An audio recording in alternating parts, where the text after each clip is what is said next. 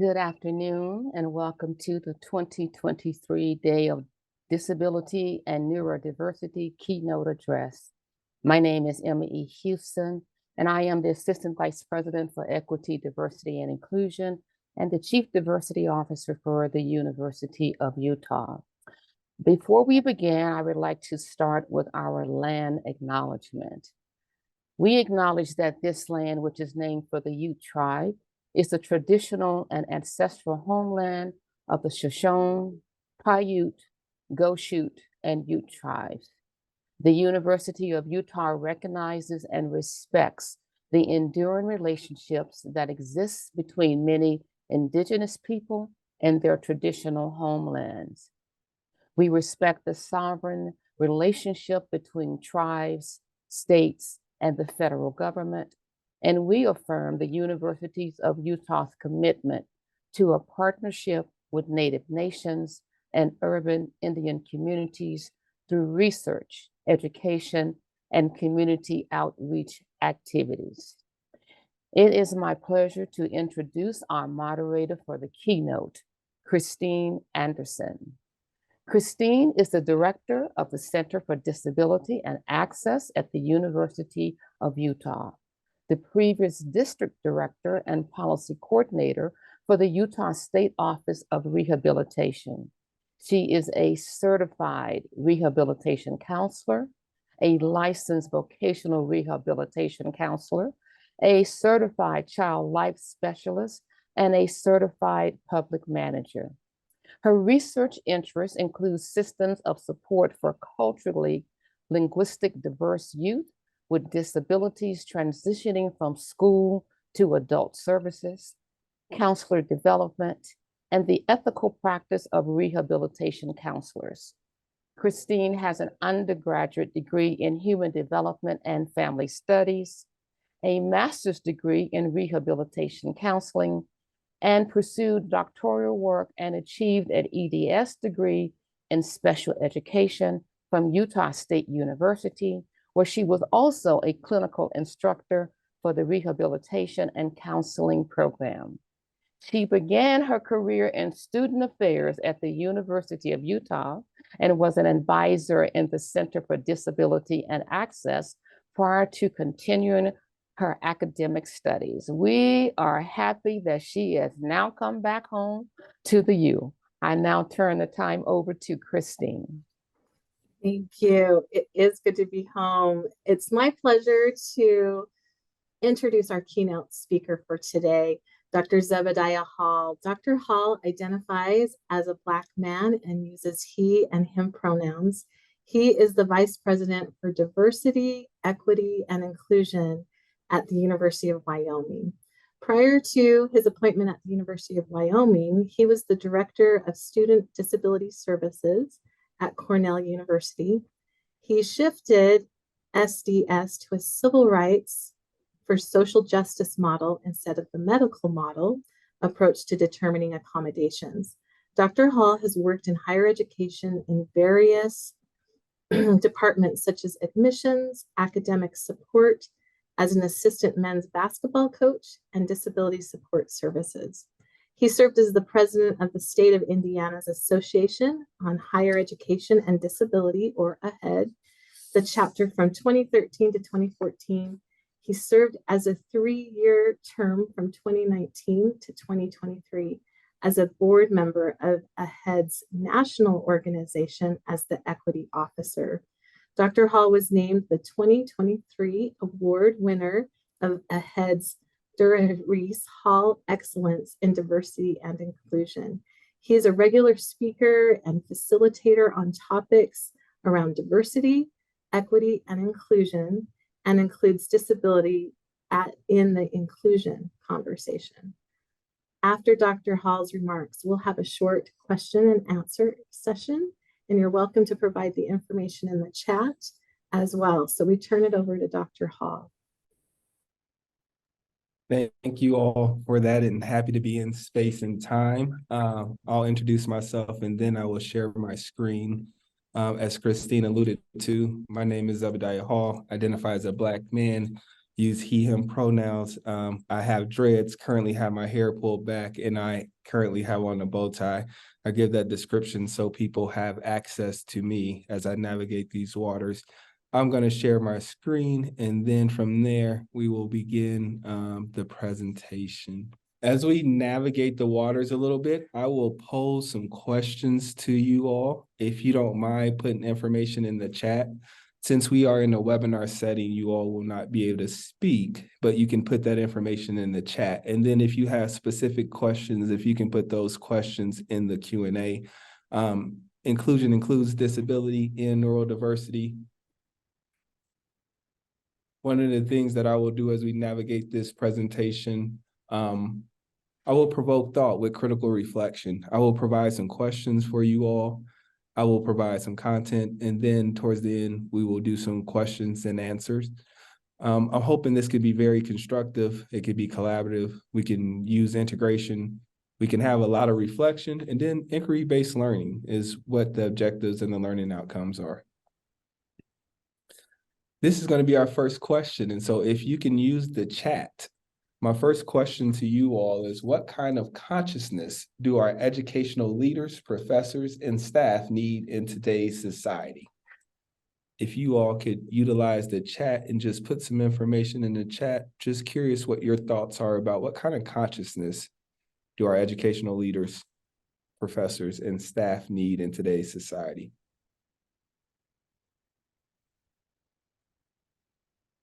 Just a reminder to use the Q&A, as chat is disabled at this time. So just put in your questions in the Q&A. Thank you for that, Jen.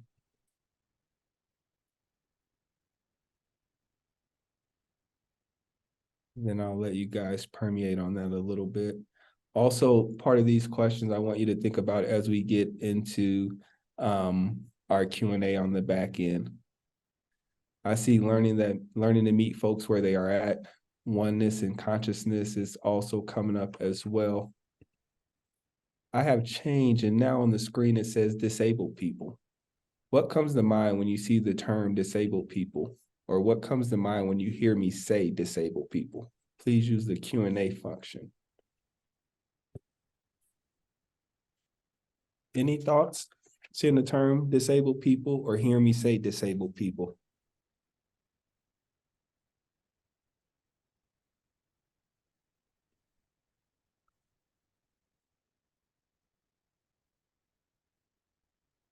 And I promise after this, the questions will slow down.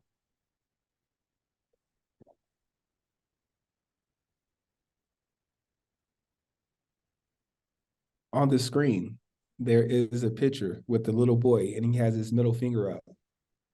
Does anybody know why this little boy has his middle finger up? I know there's a lot going on in our society, in our world, but why do you think this little boy has his finger up?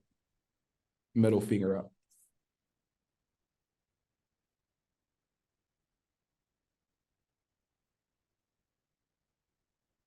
What happened was this little boy actually slammed his finger in the door, and the teacher asked which finger did he slam.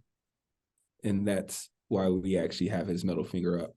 And so assumptions, stereotypes, privilege, answers versus questions, silence versus violence, these are all failures to engage. These are all threats to healthy communication. I think communication is so important as we try to navigate these waters and have conversations around disability and neurodiversity. A starting point. Progress towards equity is dependent first and foremost on the acknowledgement that ableism exists in school. That's from Thomas Haier. He works at Harvard University. That's one of the things that's really salient in the work and in his research.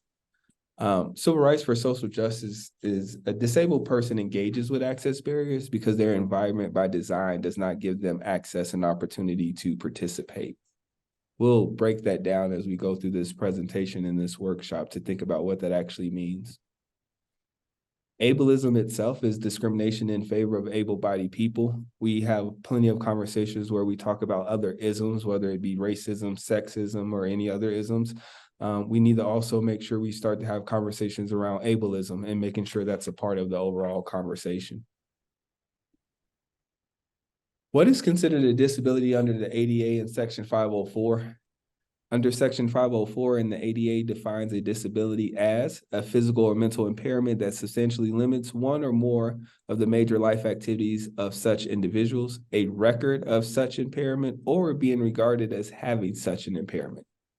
Learning is considered a major life activity. However, some conditions may be the results of physical, environmental, cultural, and economic characteristics that are not impairments. On the right side of the screen, I have a column that says major life activities: walking, seeing, hearing, learning, speaking, breathing, standing, lifting, eating, thinking, care for oneself. This is not an exhaustive list, but I give that to you just in case you're in situations where certain cultures are not able to use diagnosis like anxiety, depression, what have you. And so you can then shift the conversation around major life activities. So that gives our marginalized identities, that gives our international students the ability to be able to participate in a disability conversation. I know sometimes in our Black and Brown community, depression and anxiety are not things we have conversations about on a continuous basis, and sometimes our families are not able to receive that conversation. You're able to engage with your students by shifting that conversation to a major life activity conversation versus speaking about diagnosis. Not saying diagnoses are bad, but trying to open the breadth of how you can engage with populations that are not used to engaging with disabilities. On the screen right now, there's just a picture, and on that picture, it says Federal Registry. One of the things I wanted to bring up is the final rule of 2016. And so I'll just give you guys a little history before I go into the final rule of 2016. The Americans with Disability Act came out in 1990. Of course, Rehabilitation Act came out in 1973. When the ADA came out in 1990, what was happening was the court systems would try to figure out if the individual had a disability, not if the actual institution discriminated because the person had a disability. And so what happened in 2008 was the amendment to the ADA. And so what that did was broaden the definition of disability, and they fixated and focused on if the entity discriminated, not if the individual had a disability. And in 2016, the final rule came out. And of course, you can't see this, but I just want you all to have this for a visual. The first picture I showed was the first page, title page. The second page is the actual broaden of the definition. And so if you ever go to the final rule of 2016, the left-hand column, it broadens the definition of disability. And that's really, really important. And then in this next picture that I just skipped to, if you go to the right-hand side of that picture and you go 3 bullet points up, it says the comparison of an individual's performance of a major life activity to the performance of the same major life activity by most people in general population usually will not require scientific, medical, or statistical evidence.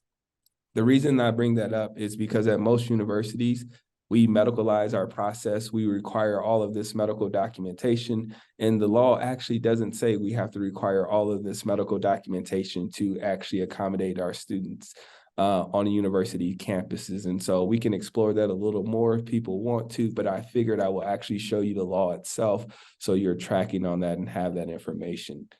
Another thing that I want to do is speak a little bit about neurodiversity. On the screen, you have 2 hands that are holding a brain, and you have the term neurodiversity, and then you have little circles around neurodiversity. And in those circles, it talks about autism, autistic, dyslexia, trauma, developmental disability, ODD, ADHD, anxiety, OCD, the list goes on. What I'm highlighting here is sometimes when people think about neurodiversity, they only think about autism. Neurodiversity is a spectrum of things, and I just wanted to highlight that. As we think about neurodiversity, diversity includes neurodiversity. Many people identify as neurotypical. They showed a typical development and socialization growing up. Others are neurodivergent and identify as having a non-typical neurotype. Autism, ADHD, learning differences, OCD, Tourette syndrome, anxiety. What I will say to this, and what is really a really hard conversation, I don't know what typical versus non-typical actually mean. I don't know what normal versus not normal actually mean. I don't know if any of us are normal. And so I just want to put that in the ethos as we talk about neurodiversity. Neurodivergent people can show strengths such as above average intelligence, persistence and commitment to ideas, creativity, and original approaches to problem solving.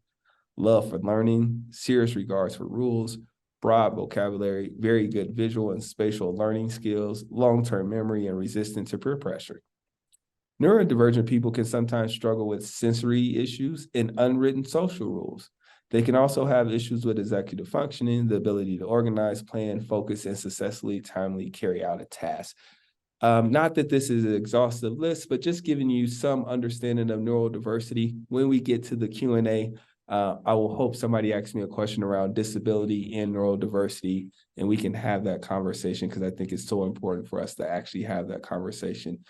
As we think about this work, whether it's neurodiversity or whether it's disability, not saying those are not one and the same, different, that or the third, I'm not here to tell people how they should identify, but intersectionality is so important. Let me just give you the definition of intersectionality, then I will tell you how it actually applies to the disability conversation. Intersectionality comes from Kimberly Crenshaw. It actually comes out of the legal field. A person's social and political identities combine to create different aspects of discrimination and privilege. Kimberly Crenshaw, when she came up with intersectionality, was saying, this is not happening to me because I'm Black, because it's not happening to Black males. It's not happening to me because I'm a woman, because it's not happening to white women. The intersectionality of me being a Black and a woman, meaning a Black woman, is why this is happening to me. That is so important for us because we need to understand the weight from the intersection of marginalized identities, the issue of power. On the screen, there is a street signs that are going through, and then it says intersectionality in the middle. And then on the left-hand side, it says racism, sexism, heterosexism. On the right, it says classism, colonialism, and ableism. The reason that is important, when you think about intersectionality, when you're thinking about your culture, you need to think about what is at play. Is it ableism connected to classism? Is it ableism connected to racism? Is it ableism connected to sexism? A great example of that is sometimes we know that engineering tends to be more misogynistic. And so if we're not looking at the sexism that is playing out in that space, and we have a woman that has a disability, it's going to be hard for us to truly figure out how to accommodate that individual because we're not looking at the environment itself. And that's why it's so important to have that conversation. A queer and disabled person might not be treated the same as a straight disabled person. A Black disabled person might not be treated the same as a white disabled person. And that intersectionality of identities is important when we're having this conversation. It's also important to understand culturally that's very different for certain cultures when you're having a conversation around disability. And that's why understanding intersectionality is so important as we navigate these waters. I'm a big component that it's important for us to understand our historical context. And as I think about our historical context, as I think about ableism, it's important to know that in the Western societies, religion was looked at as a sin. They actually took babies and dropped them off the balcony to die. When you see the word handicap comes because people were abandoned and left to live in the street. And you had disabled people having their cap in their hand, begging for money. And that's where the term handicap comes from. Handicap is a very derogatory term. It's like somebody calling me the N-word. It's not monolithic and one and the same, but very derogatory as we use that. And so as you navigate the waters, if you're creating policies and procedures, if you're doing writing, please remove the term handicap because it's such a derogatory term. Disabled people actually went to jail. And when disabled people went to jail, they sometimes were considered freak shows, less than human, and people would laugh at them. And that's really important for us to understand this historical context so it doesn't play out today. One of the things I alluded to earlier with the final rule of 2016 was medicalizing the process. You heard Christine talk a little bit about when I was at Cornell University, I shifted them to a civil rights for social justice versus a medical model.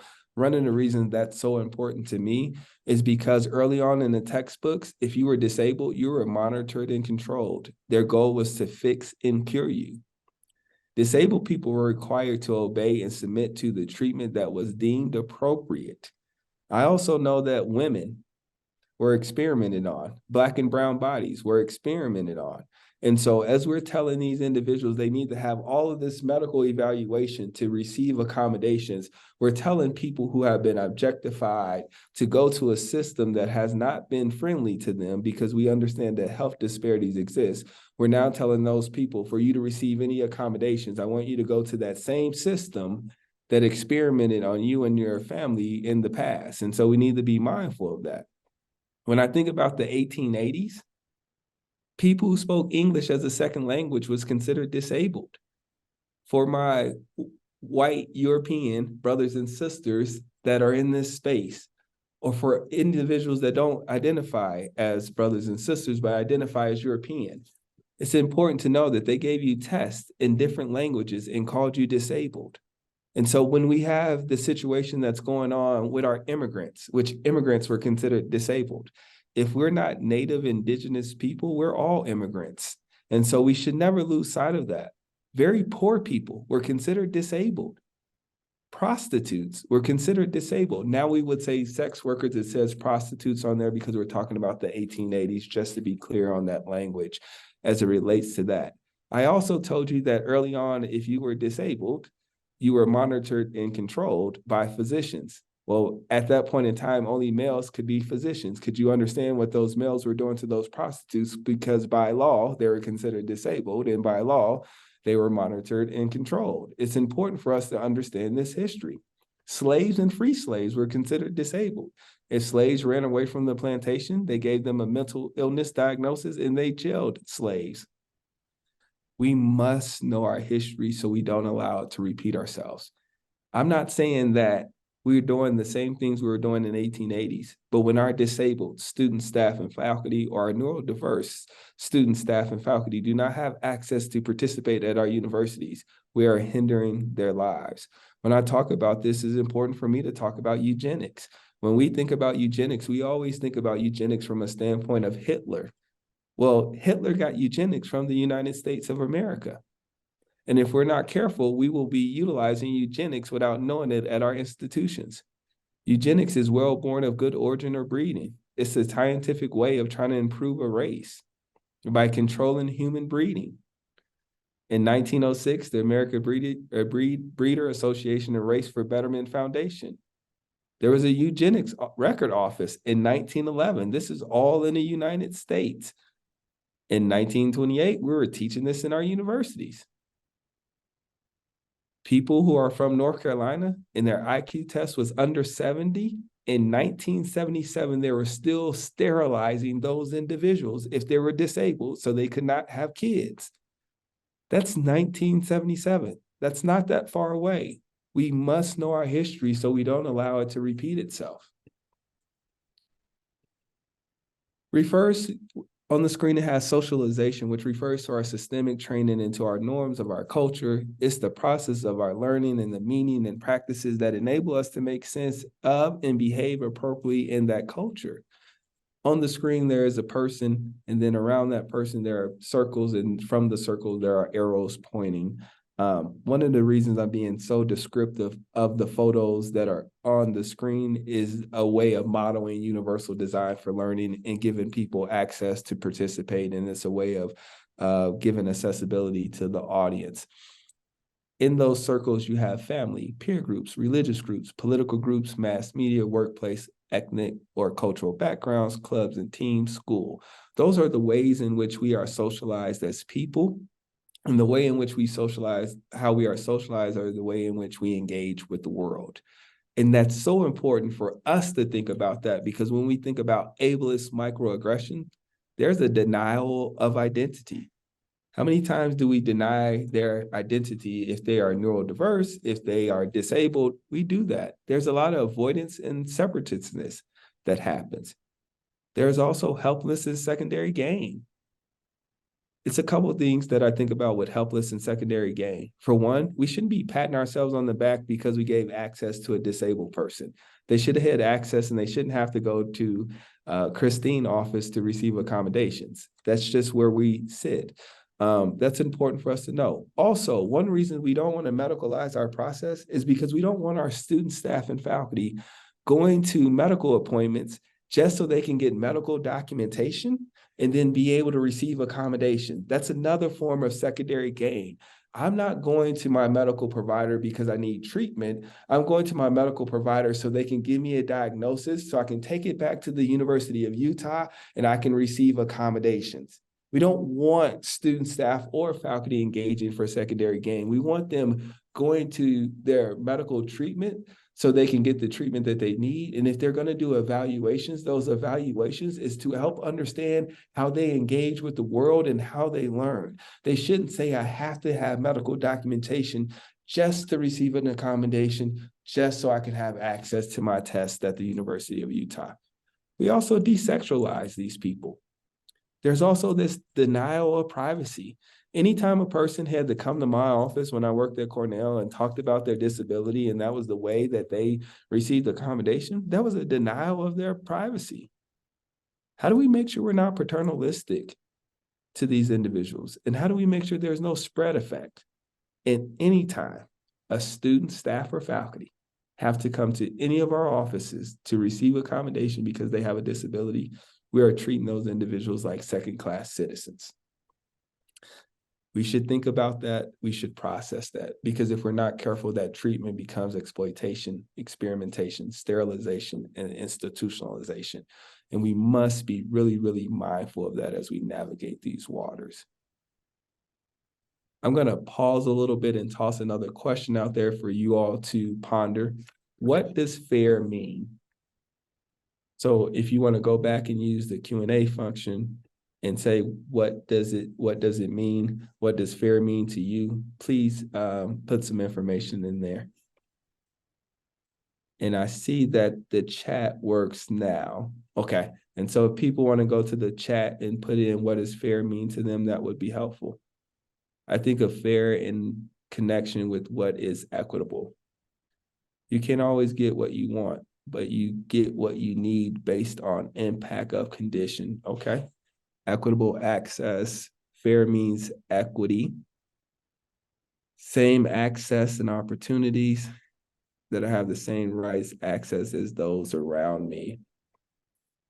One thing that we will do is have some critical reflection, and that critical reflection is saying negative cultural attitudes towards disability can undermine opportunities for all students to participate fully in school and society. And so I just think that's really, really, really important for us to think about what that actually means for us when we're thinking about critical reflection, as we're thinking about what's fair and those kind of things.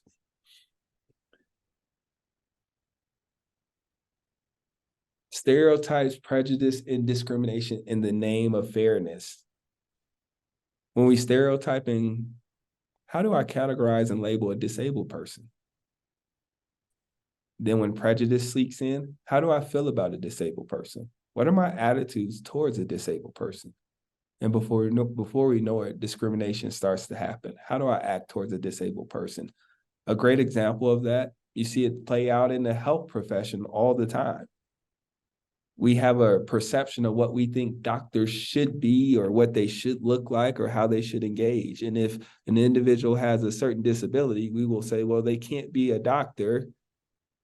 And so we're stereotyping what doctors should be. Then we begin to be prejudiced because we don't accept them into medical school. And that's where discrimination starts to happen, because we say, well, they can't be a doctor, or they can't be my nurse if they're in a wheelchair.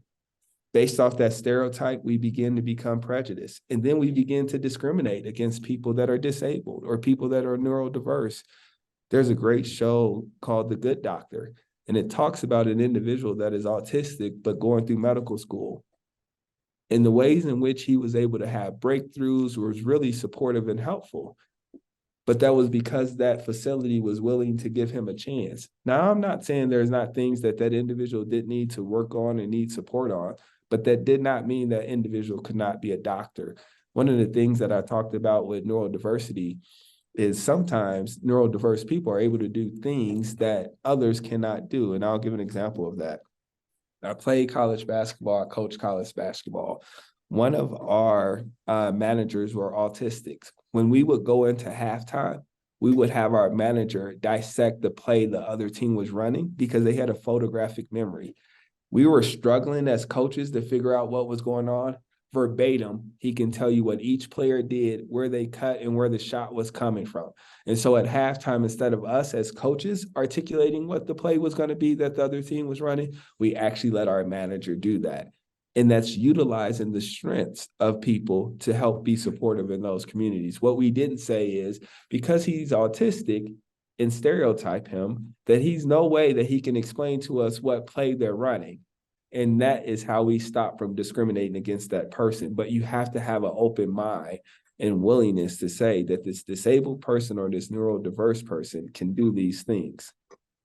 This used to be on my wall outside of my office, and it says, fair isn't all students receiving the same thing. Fair is each student receiving what each student needs to succeed. On the screen now, there is a person standing, and then there is an individual in the wheelchair laying down. Not every disability is visible. And the reason that is so important is because we tend to discriminate sometimes in a multitude of ways.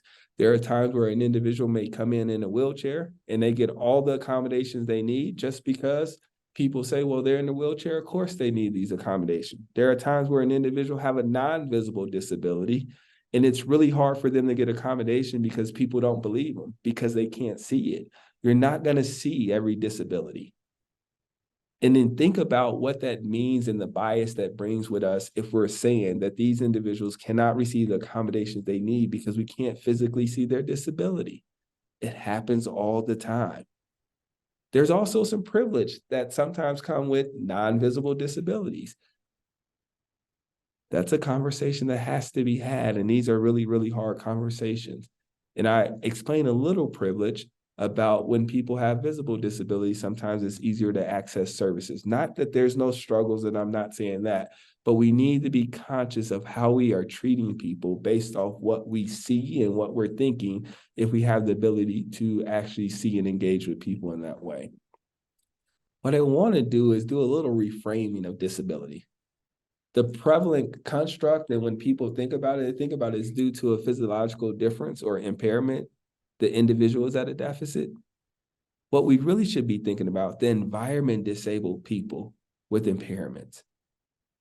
What people tend to talk about is it must be cured, pitied, or accommodated, versus saying the environment must be redesigned or reconceptualized.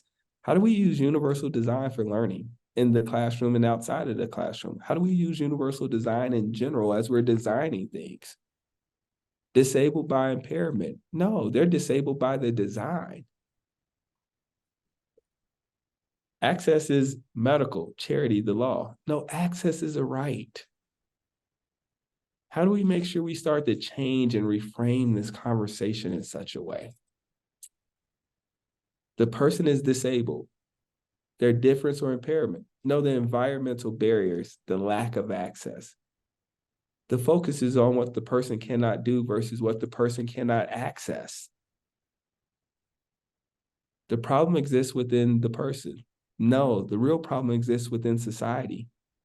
If you think about 1973 of the Rehabilitation Act of Section 504, and you think about Fair Housing Act, you think about civil rights, you think about the ADA, we had to pass laws for disabled folks to be able to come to school. No difference than things had to change for women and Black and brown folks to be able to come to higher ed as well. So we need to really be thinking as a society, how are we putting up barriers? Disabled people need help and charity. They need access. I remember sometimes having a conversation with faculty, and they're like, well, I'm going to sit with the student to help them understand the material. Where are they struggling at? And I was like, they're not struggling with the material. They can't access the material. That's two totally different things. It's one thing if they're actually struggling with the material. It's a different conversation if they can't actually access the material. And it's not always about rehabilitation, fixing, overcoming. There are certain things that people are going to live with for the rest of their lives. How do we as a society remove those barriers? How do we create access and inclusion? How do we stop saying that is the disabilities office job? Those are doctors and counselors' job. We're going to send them to CAPS. We're going to send them to disability services. They need to set up doctor's appointment. No, any one of us can create access. If access is important to us and we want people to access our services, our programs, Anyone can start and create access. One of the things that is really important for me as I think about civil rights and social justice, ableism is real. It needs to be deconstructed. Disabled people are oppressed, doing it because it's the right thing to do. Well, it's adjusted to injustice. How do we move away from that model? Identity, intersectionality, and environment are important when we have a conversation around access for the disabled and neurodiverse community. Compliance is not enough. Law is the floor, civil rights for social justice is the ceiling. How do we break down barriers? How do we make access accessible?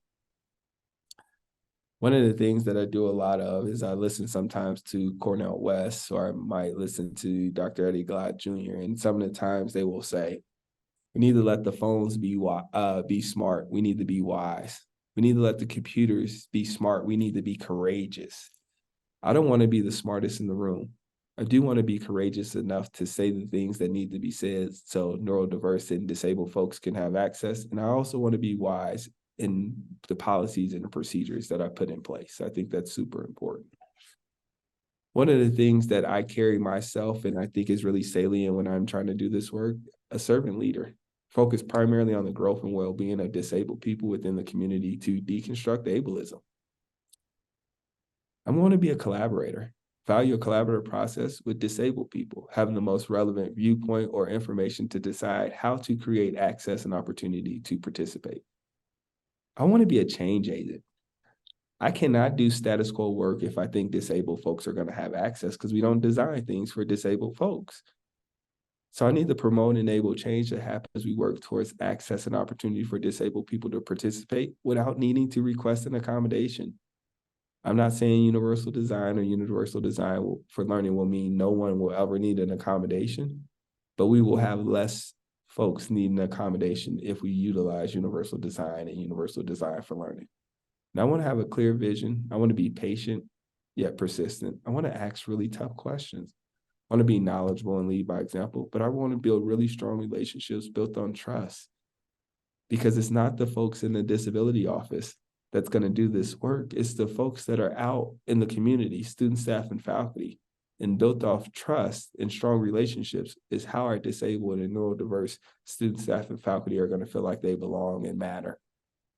I want to be a transformational leader. I want to allow disabled people to lead and create a connection that raises the level of motivation and morality in both the leaders and followers that guide us away from ableism. Access and inclusion may be proactively designed, a creative alternative outside of the norm. Our standard accommodations are a starting point, often not a necessity. Accommodations have disability awareness, but not intersectional understanding. When we're putting accommodations in place, most of the time we're fixated on the individual and not fixated enough on the actual environment and what's happening from an intersectional understanding. Access and inclusion continued. A matter of shifting values, behaviors, beliefs, attitudes, and or a level of awareness. Start the conversation by asking, what is the barrier? Most of the time, we can figure out how to provide access. The barrier most of the time is attitudes. We shouldn't be doing this. It's not fair. Why are they even here? Shouldn't they be at another school? We need to increase our accountability and transparency. Develop inclusive leadership models. We need to notice diversity or the lack of diversity. Pay attention to how all people are treated. Take action to improve diversity, equity, and inclusion so disabled students, staff, and faculty have access to education. Language matters. Name disability explicitly. Disabled student versus student with a disability. I am a firm believer in the power of identity first language. No other identities say, I'm a person that happens to be a male. I don't go around and say, I'm Zebadiah and I happen to be a male. I say, I'm Zebadiah, I'm a Black male. It's only when we start to talk about disability and identity where we start to use person first. Zebadiah is a person with a disability. Just to be clear, I'm non-disabled. And so I'm not saying that I have a disability, but I'm articulating how identity first language versus person first language.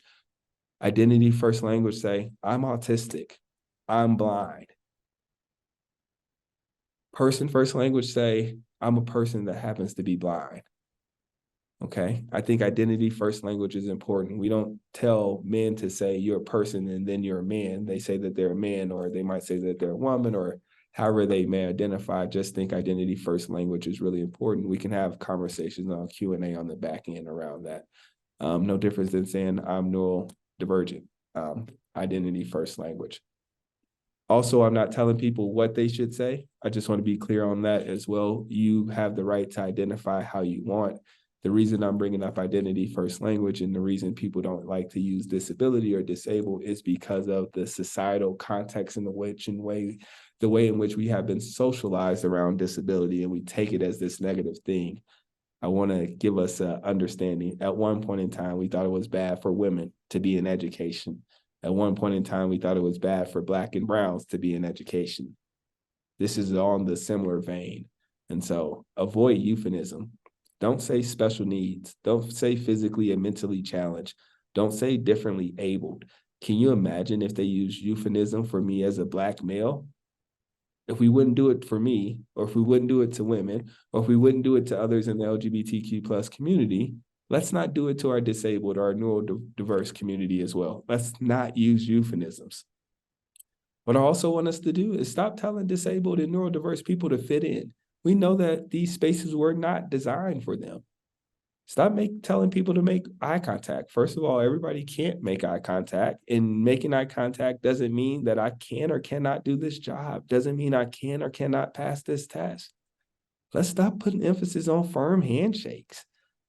You guys don't know this because I'm on screen, but I'm like 140 pounds. I'm a really skinny guy. I hate when men shake my hand really tough.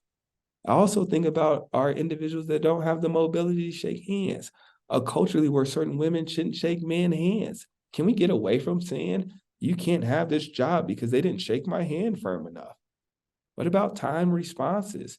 If we have any faculty in the space listening, one of the things that I always sit with faculty and have a conversation with, are you trying to see how fast they can recall information? Or are you trying to see how knowledgeable they are on the topic? With time responses, you're seeing how fast they can recall something, not how much knowledge they have. You should assess what you're really trying to assess and think about that. Non-institutionalized versus institutionalized. How are we making sure we're not institutionalizing people in such a way that it strips away who they are and their identities? Bias towards people with non-visible disabilities. And then job accommodation network is just a resource that folks can use. As I begin to wrap up my conversations, what I want to do is think about on the individual level, don't impose help, thereby taking control away from the person. Grabbing the arm of a person who is blind to assist them across the street without asking. Ask the person if they need assistance. Allowing them to have control of the situation. Stay within boundaries of the stated request for services. From an institutional standpoint, stop assuming that all disabled people require the same service, thereby establishing a uniform system of accommodation. There are times where you'll see students all have extended time on testing. They might have that extended time for very different reasons. And so please understand that dynamic. Recognize and provide services on a case-by-case basis because all disabilities manifest differently in each of us. On a cultural level, assuming that the lives of disabled people daily living, relationship, choices, passions, emotions, work, and lack of work, housing, education, abilities, and civil rights resolve solely around their disabilities. Assume that the lives of people with disabilities are full, diverse, and complex. Make daily decisions, have plans for the future, and enjoy relationship, work, and leisure.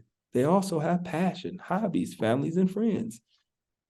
So let's just think about that on an individual, institutional, and cultural level.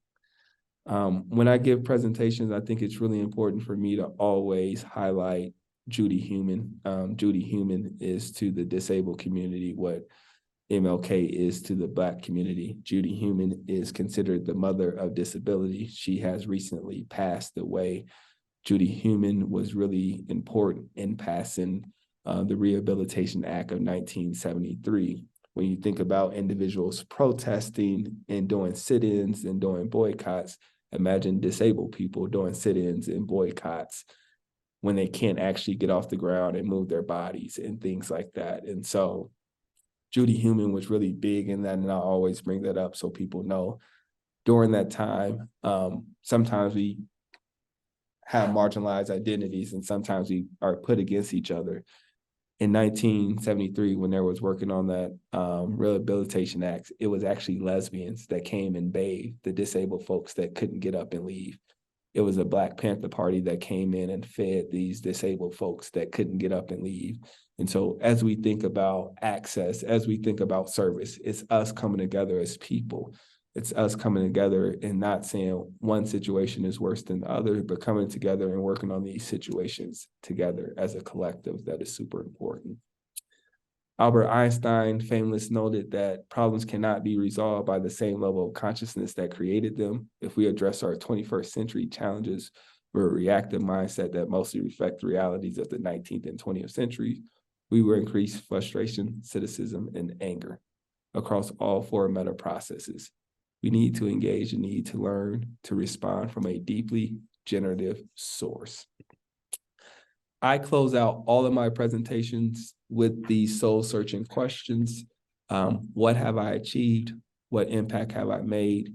How do I know I have made this impact? What evidence do I have to support this? I look at these questions in the morning before I get up, and I try to close out my day with these questions as well so I can stay grounded.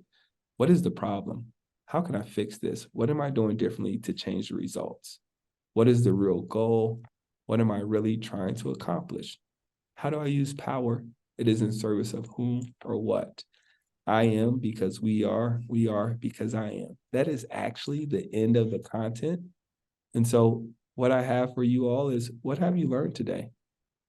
Was there any takeaways you would like to keep from today's session? Is there something that you're struggling with from today's session? Is there something that you will share with your campus partners? What is something you want to say or bring up from this discussion? I'm going to stop sharing my screen so I can see you all's faces.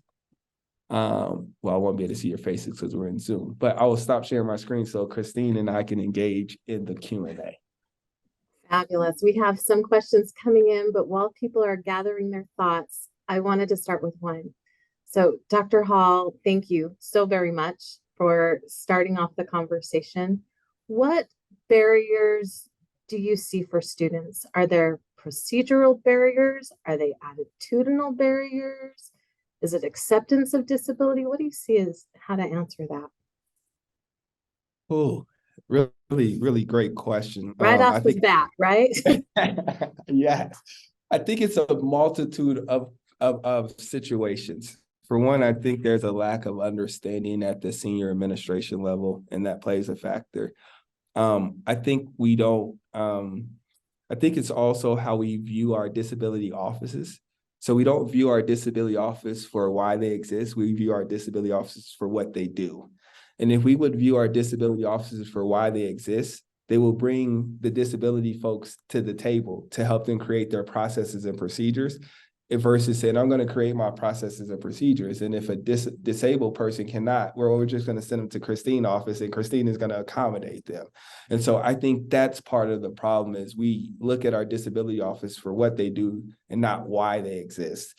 And then I think on our end that do the disability work, I think we do a bad job of articulating how other people can participate in creating access in their processes and procedures. And most of the time, we go out and present to our campus partners about how students can register with our office.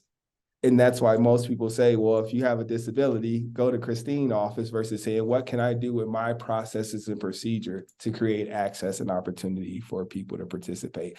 But most of the time, I think it's attitudes that actually stop us from being able to accommodate our student, staff, and faculty. Very true. If we started out with the access versus coming to our office. So we're getting some questions in, but I have one.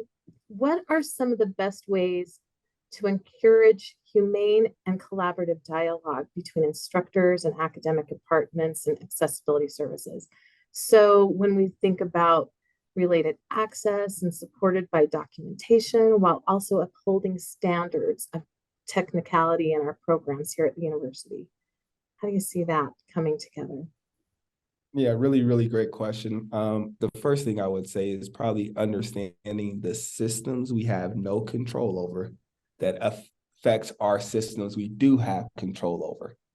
And what I mean by that, when we're talking about medical lives in the process and medical documentation, I guarantee if I ask everybody on this call, do we believe in health disparities? And then do we believe that medical documentation is written differently based off identity? Most of us would probably say yes.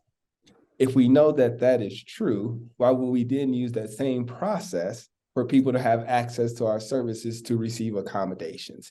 And part of being humane is understanding that there's a historical context that I kind of articulated. Understanding that historical context help us not repeat that in the future, hopefully. And that's part of being humane, of saying, why did we consider all of these individuals and these identities to be disabled? That's one question. The next question is, what systems are we utilizing that are affecting our system, the health disparities, our healthcare system? And then how do we then, now that we know that, change our processes and systems so those other systems we have no control over are not dictating our processes and procedures? And then there's this piece of me that says you got to have really, really hard conversations. There are some times where somebody might say, oh my God, I got to go get this other room because we have this student with this disability and they can't be in this room. Would we say, oh my God, Christine is a woman, and now I got to do this because she's coming to this space? Or Zebadiah is a Black male, and oh my God, he has to come in here and be with the others. We wouldn't do those things. And how do we have hard conversations around what microaggressions look like for our disabled or our neurodiverse students? And then how do we look at our processes and procedures and realize what our processes and procedures are actually the barriers to our actual students? For example, one of the things we did at Cornell is we took our website from a graduate reading level to a 9th grade reading level. Access is first reading. And so if you have families that are coming from spaces where they don't know what a neuropsych actually is, and then they look at what a neuropsych is, and then it costs $3,000, there's no way we can be humane in this process because we just told them, by your lack of understanding and your lack of finances, you cannot engage in our services. And so that's why we have to look at our processes and procedures to see how we look at the humanity and the ways in which we describe our processes and procedures. Very much so. You're hitting on so many pieces, and it's resonating with so many people. In the chat is very active about discussing things and having access and responsibility. I think a question would be helpful is how we've addressed it in the classroom. And sometimes I hear the microaggressions, and I'm glad you addressed that, is the microaggressions we hear on campus of, well, what happens when someone's going to go to work? Are they going to be accommodated at work? How would you answer that question for someone who's neurodivergent or any type of disability? How are they going to work?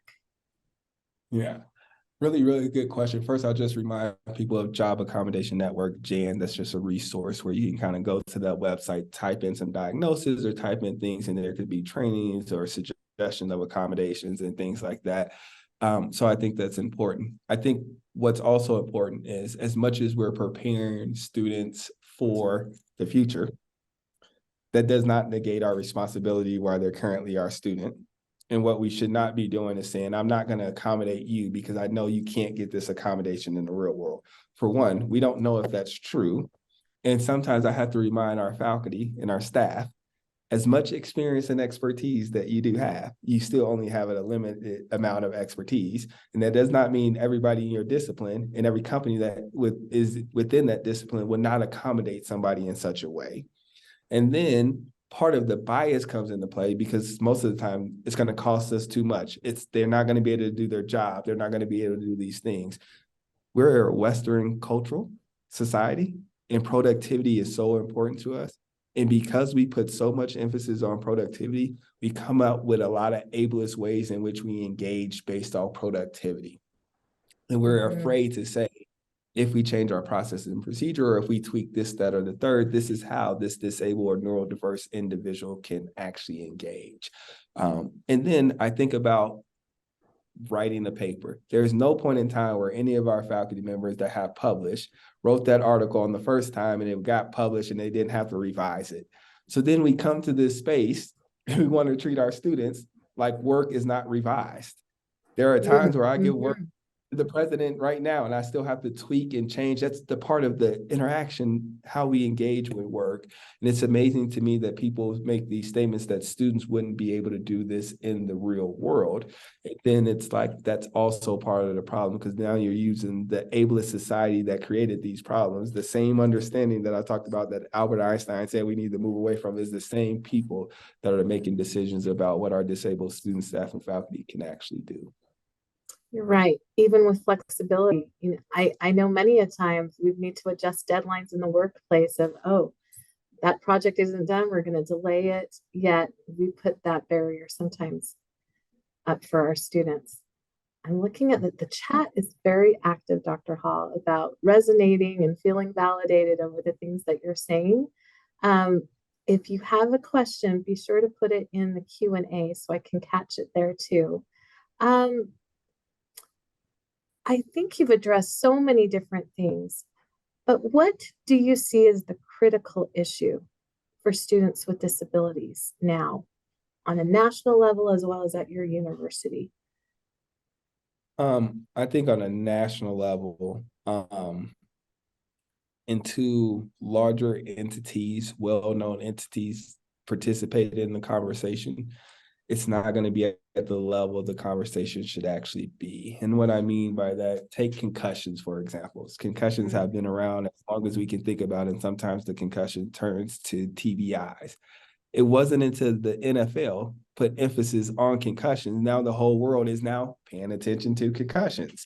And so part of the problem is if we as a society do not see these things as important, then we're going to continue to continuously struggle around these kind of things. One of the things that's also happening is we're starting to have more students through the K-12 system utilize accommodations. So naturally, there are more students coming into our space in higher education as well. I don't think, similar to when women first came to higher ed and they gave them restrooms in the closet because we weren't prepared, no different than we wasn't prepared when Black and brown students. I think it's a very similar conversation that we're unprepared for the number of disabled students. We should have over 20% at our institutions, but some people do not feel comfortable enough to disclose and those kind of things. And so I think it's a societal barrier. And then outside of the societal barrier, I think it's our processes and procedures because they're so medicalized. I think about myself. My father has been on disability ever since I was born, and my mom was the breadwinner. When I was in college and undergrad, my mom lost her job. If I needed clinical provider to be able to get an evaluation, to be able to receive the accommodations, I wouldn't be sitting here as the vice president for diversity, equity, inclusion. And for me, it's those kind of things as we're always want to talk about fair, and then we forget that women are paid less than men. We forget that Black and brown bodies or women are treated differently, or disabled, or the LGBT community. And then when we get to our institutions, we try to operate in the name of fairness. There's nothing actually fair in our society. And so if we acknowledge that, we can probably figure out ways to then break down our biases and attitudinal barriers around disability and neurodiverse folks. So true. So true. There is a question that came through. And the individual would love to know more about the process behind using identity first language rather than person first language. Is identity first language most prevalent in the field now? And this person said they work in the criminal justice field and they strive for person first language, but for context, they also identify as a disabled woman. So how do you address that? Yeah, really, really great question. It's slipping my mind. 3 years ago, 4 years ago, maybe 5, no more than that. But I'm thinking it's in the last 3 years. A group of us at a HEAD, Association of Higher Education Disability, held some listening sessions, met with some folks, and started to engage around identity first versus person first language. And kind of like I alluded to before, when I talk about myself, I never say that I'm a person that happens to be Black. I say that I'm a Black man. And so I'm using identity first language. I'm pretty sure when other people identify, they say that they're either woman, male, or however they identify, or lesbian, gay, and straight. They don't say I'm a person that happens to be lesbian. I'm a person that happens to. And so person first is almost operating as if, I don't want to use the term colorblind because that's ableist, but it's operating in that spaces. I don't see you and engage you for who you are. And because disability is so bad, I'm going to look at you as a person first and then acknowledge your disability versus saying your disability is a part of your identity. And I'll give you an example. I sat on this panel and it was around social justice and disability. And an individual said, well, I don't have to do social justice work because I work at a religious institution. And I was like, oh, that's interesting. The next question was talk about how do your identity plays a role in you determining accommodation. And a woman said, I'm actually Jewish, but I work at a Catholic institution, so I don't actually talk about my identity at all. That was the same person that said I don't have to do social justice work. And in the same vein, there was a woman in a wheelchair that came to the front and said, there's never going to be a time you're going to see me without my wheelchair. This is a part of my identity. So I'm not a person that happens to have a wheelchair. This wheelchair is a part of my identity. And so I'm a wheelchair user, not a person that uses the wheelchair. And that is the way of shaping identity first versus person first. We just don't do it when it comes to other identities. It's only in this space we start to do that when we get into the disability space. I can understand from a criminal justice standpoint when you're thinking about discrimination and all of those things of what they're trying to do. I don't know if it actually accomplished that by trying to use person first. I hope that answers the difference between identity first versus person first. I think so. I think so. We have had a great discussion today, and we certainly could have a little bit more and some more time, but time is escaping us. I'm going to turn it over to Emma to help us wrap up. But Dr. Hall, we so appreciate your time today. Thank you. Oh, yes, I just want to echo that the chat and the Q&A was just blowing up. And so we definitely want to thank you, Dr. Hall, for raising our level of awareness. We greatly, I took all kind of notes when I was off camera. I took all kind of notes, so thank you for that. We want to thank everyone for joining us on this day of Disability and Neurodiversity Keynote Address. The day continues this afternoon at 4 p.m., where we will be having a virtual panel on celebrating and navigating neurodiversity. And more information can be found at diversity.utah.edu/disability. Again, thank you for this wealth of knowledge that you have shared with us. Thank you for all who attended this. And hopefully what we will look and the takeaways, what are we going to do different now that we know? What are we going to do differently? So again, Dr. Hall, thank you so very much.